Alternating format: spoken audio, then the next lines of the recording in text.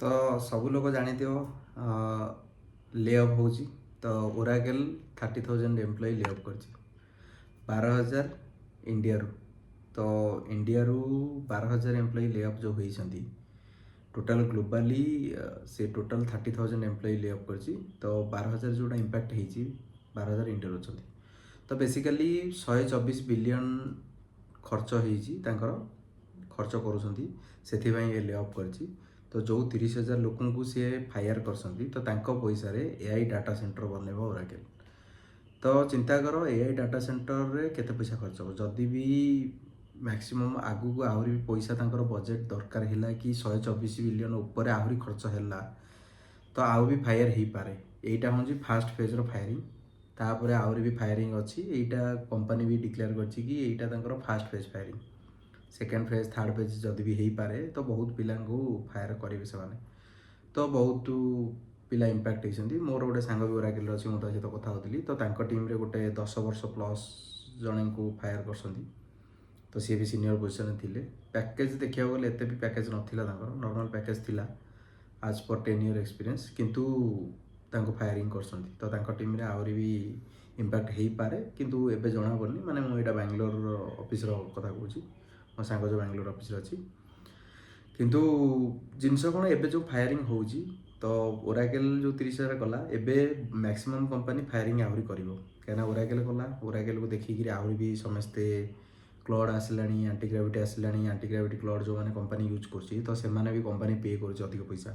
ତ ସିଏ ଯଦି କମ୍ପାନୀରୁ କିଛି ଏମ୍ପ୍ଲୟି ବାହାର କରିଦେବ ତ ତା ହିସାବରେ ତା ଯେଉଁଟା ସିଏ ରିକଭରି କରୁଛି, ପଇସା ଦେଉଛି, ସେଇଟା ରିକଭରି ହୋଇଯିବ ଏମ୍ପ୍ଲୟି ବାହାର କରିଦେଲେ। ତ ବହୁତ ପ୍ରକାର ଏବେ କମ୍ପାନୀରେ ଫାୟାରିଂ ଚାଲିଛି, ଆଗକୁ ବି ବହୁତ ହେବ। କାହିଁକିନା ଯେତେବେଳେ ଓରାକେଲ୍ ଫାୟାରିଂ କରୁଛି 30,000, ତ ଓରାକେଲ୍ ବି ବହୁତ ବଡ଼ କମ୍ପାନୀ। ଓରାକେଲ୍ 30,000 ଫାୟାର କରୁଛି ମାନେ ଇଣ୍ଡିଆରୁ 12,000, ମାନେ ଇଣ୍ଡିଆରୁ ଇମ୍ପାକ୍ଟ ପଡ଼ିଛି।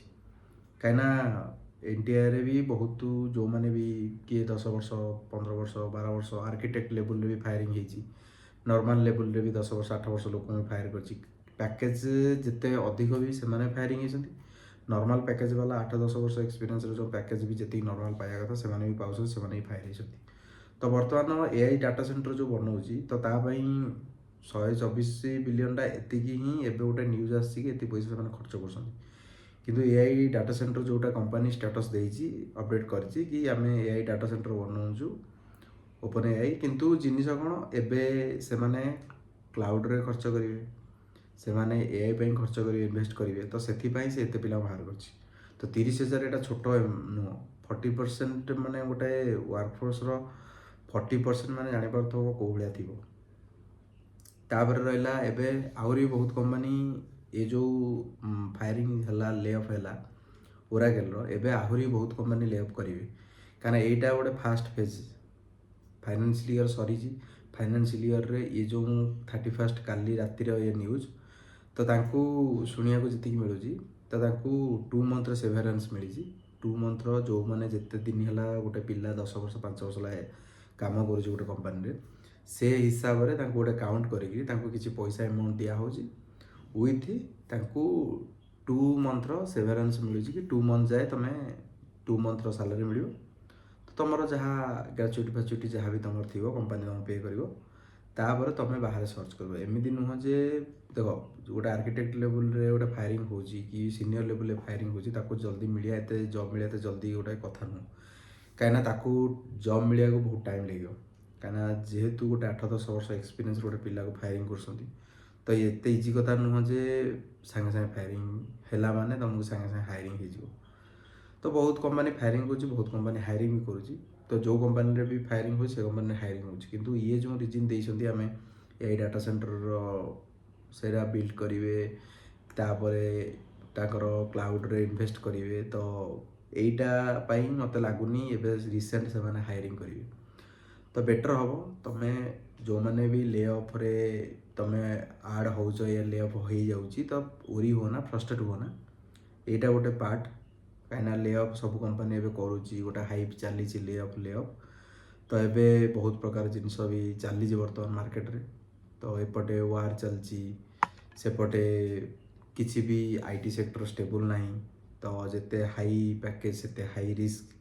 ତ ତ ବର୍ତ୍ତମାନ ଓରାକେଲ୍ ତା 30,000 ଫାୟାରିଂ କରିଛି, ଇଣ୍ଡିଆରୁ 12,000। ତ ଆଗକୁ ଆଉ ବି ବହୁତ କମ୍ପାନୀ ଫାୟାରିଂ ବି କରିପାରେ, ସେଇଟା ମ୍ୟାଟର୍ କିଛି ନାହିଁ, ସେମିତି ହେବ ବି ନାହିଁ କି ହେବ କାହାକୁ ଜଣା ନାହିଁ। କିନ୍ତୁ ଏବେ ଯେହେତୁ ଫାଇନାନ୍ସିଆଲ୍ ଇୟର୍ ଷ୍ଟାର୍ଟ ହେଇଛି ଆଉ ଗୋଟେ ନୂଆ ଇୟର୍, ତ ଏବେ ବର୍ତ୍ତମାନ ଆହୁରି ବହୁତ କିଛି ଆଗକୁ ହେଲା ଭଳିଆ ଲାଗୁଛି। ତ ବର୍ତ୍ତମାନ ଏଇଟା ଫାର୍ଷ୍ଟ ଫେଜ୍ ଲେଅଫ୍ ଓରାକେଲ୍ର। ଓରାକେଲ୍ ବି ଆନାଉନ୍ସ କରିଛି କି ସେକେଣ୍ଡ ଫେଜ୍ ଲେଅଫ୍ ସେ କରିବେ, କାହିଁକିନା ସେମାନେ ଡିସାଇଡ଼୍ କରୁଛନ୍ତି କେଉଁ ଟିମ୍ରୁ କାହାକୁ କେତେବେଳେ। କିଛି ବି ମୋ ସାଙ୍ଗ ସାଙ୍ଗେ ମୋତେ କଥା ହେଲି, ସିଏ କହିବା କଥା କି ତାଙ୍କର ଏବେ ଫାର୍ଷ୍ଟ ଫେଜ୍ ଫାୟାରିଂ ହେଇଛି। ଫାର୍ଷ୍ଟ ଫେଜ୍ରେ ସେମାନେ 30,000 ଫାୟାରିଂ କରିଛନ୍ତି, 12,000 ଇଣ୍ଡିଆରୁ।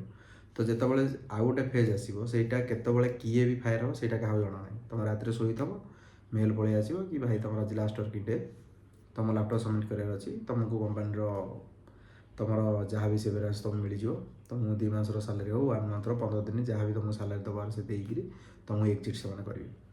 ତ ଏଇଟା ହେଉଛି ପ୍ରୋସେସ୍। ତ ତୁମେ ବେଶୀ କିଛି କରିବ ନା ଫାୟାରିଂ ଲେଅଫ୍ କି କମ୍ପାନୀ କ'ଣ ଫୋର୍ସ କରୁଛି କ'ଣ ନାହିଁ, ନର୍ମାଲ୍ କାମରେ ଧ୍ୟାନ ଦିଅ।